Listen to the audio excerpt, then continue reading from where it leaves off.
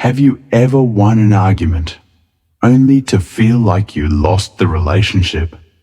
Sometimes it feels impossible not to fight back. When we're misunderstood, insulted, or cornered into defending the truth, we choose to argue and end up feeling heavier, not lighter. But why do we need to be right so badly? Could it be we're not defending the truth? We're defending our ego. Today, I invite you to sit down, take a deep breath, and explore with me. Living without argument is not weakness. It is deep understanding. Understanding that some answers can only come from karma, and that peace often arrives in silence, not in shouting. 1. Why do we argue? Think back to your most recent argument. Do you remember exactly what was said? Maybe not. But you probably remember how it felt. Heated, tense, suffocating, and eventually regretful.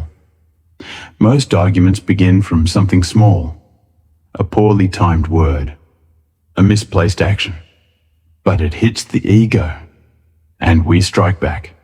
In truth, when we feel the urge to prove we're right, there may be a deeper insecurity underneath that hasn't yet been seen. I once saw a father argue with his son, just because the boy forgot to wash the dishes. The father yelled, "How many times have I told you?" The son replied, "I was doing homework. I didn't do it on purpose."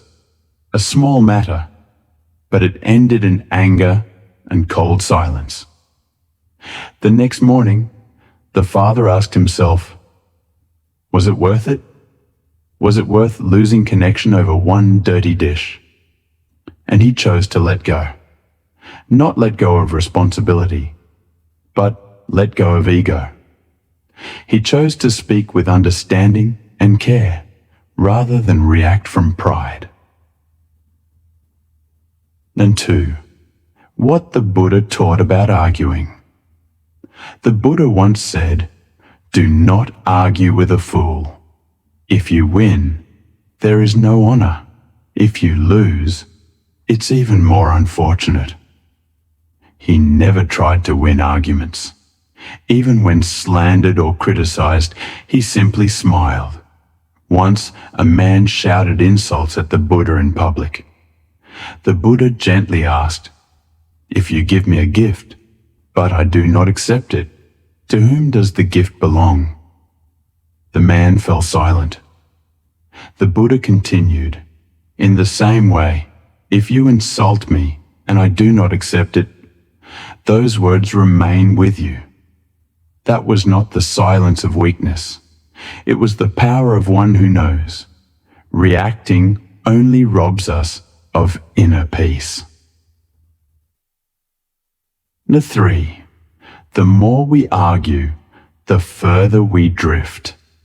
Have you ever experienced this? The more you argue, the further apart you feel. The more you reason, the colder the connection. Because when we try to prove ourselves right, it implies the other must be wrong. And being wrong hurts. A friend of mine, brilliant at debating, once said, "I've never lost an argument." Then she sighed, "But I've also never kept a long-term relationship." In the end, what truly matters is not who won, but whether we preserved connection, respect, and love. Chapter 4.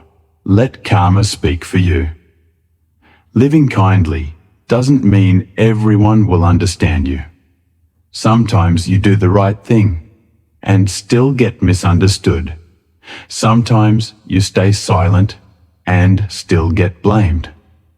In those moments, remember, the truth doesn't need to shout to exist. Karma doesn't need you to defend it to be fulfilled. Those who understand need no explanation. Those who don't won't change. no matter how much you explain. Satyam, a real story. A friend of mine was falsely accused at work. She said nothing. She simply continued living with kindness. A year later, the person who accused her was exposed. And everyone finally saw who was truly trustworthy.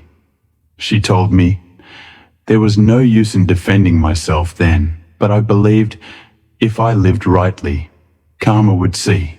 And it did. We often think, if I stay silent, they'll walk all over me.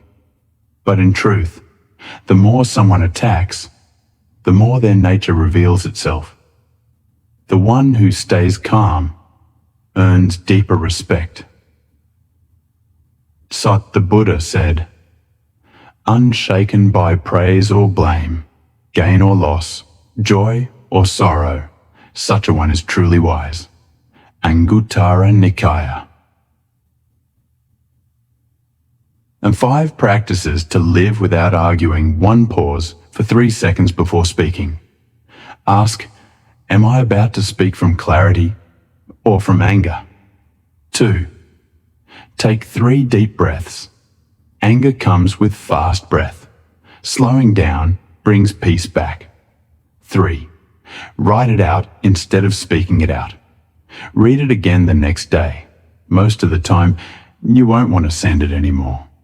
4, soften your words instead of, you always do this. Try, that made me feel sad.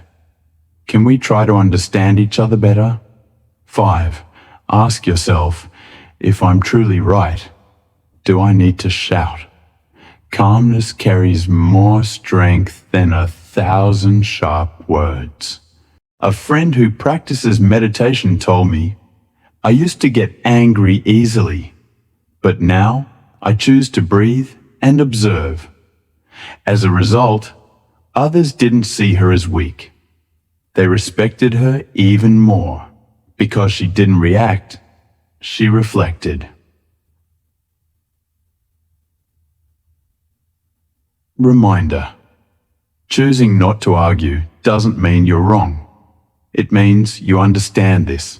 Nothing is worth losing your inner peace over. Shilong. A question to reflect on. When was the last time you chose silence over reacting?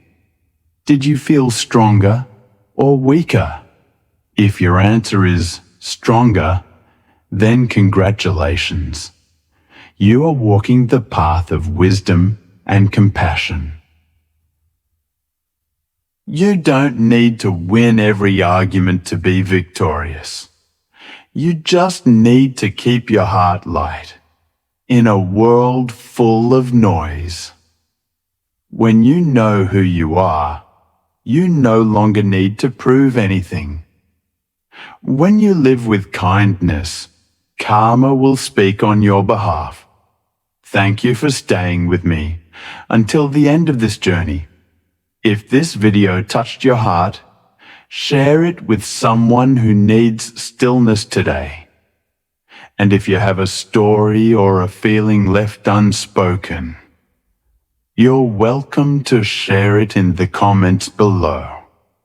See you in the next podcast, where we return together to peace. Namo Shakyamuni Buddha.